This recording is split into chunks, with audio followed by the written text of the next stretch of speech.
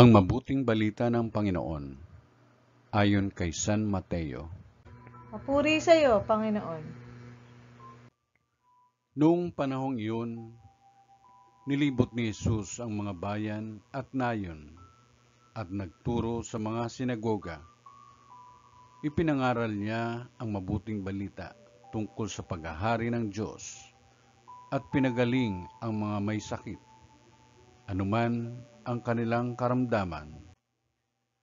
Nang makita niya ang napakaraming tao, nahabag siya sa kanila sapagkat sila'y lito at lupaypay, parang mga tupang walang pastol.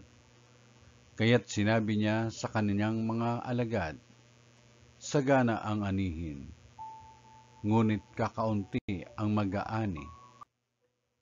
Idalangin ninyo sa may-ari ng anihin na magpadala siya ng mga manggagawa sa kanyang anihin.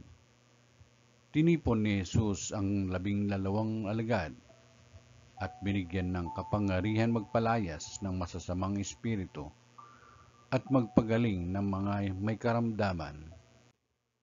Sila'y pinagbilinan ni Jesus. Hanapin ninyo ang mga nawawalang tupa ng sambahayan ng Israel. Humayo kayo at ipangaral ninyo na malapit nang maghari ang Diyos.